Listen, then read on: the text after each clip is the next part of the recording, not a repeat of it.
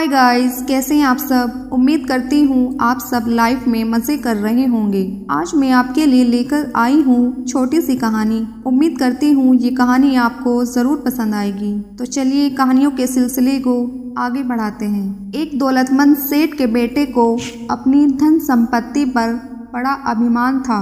उसने अपने अंतिम समय में बेटे को बुलाकर कहा, बेटा तू कुछ मत करना, केवल मेरे मरने के बाद मेरे पैरों में फटे हुए मोजे पहना देना।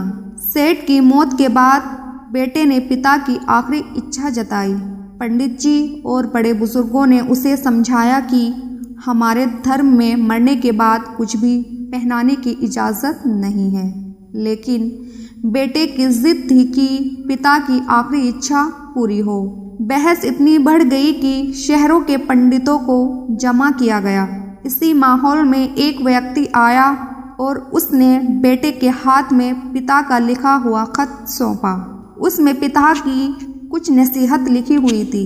उसमें लिखा था कि मेरे प्यारे बेटे, देख रहे हो, दौलत, बंगला, गाड़ी, पैसा और बड़ी बड़ी फैक्ट्री और फार्म हाउस के बाद भी मैं एक फटा हुआ मोजा तक अपने साथ नहीं ले जा सकता।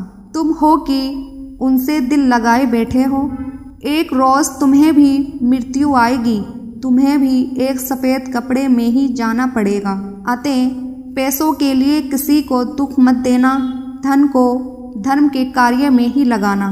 बेटा समझ चुका था कि पिता उसे वास्तव में क्या शिक्षा देना चाहते हैं, क्योंकि जीवन में पैसा ही सुख का आधार नहीं है। लोगों की मदद करना हमारा धर्म और कर्तव्य है। गाइस, आपको ये हमारी छोटी सी स्टोरी कैसी लगी?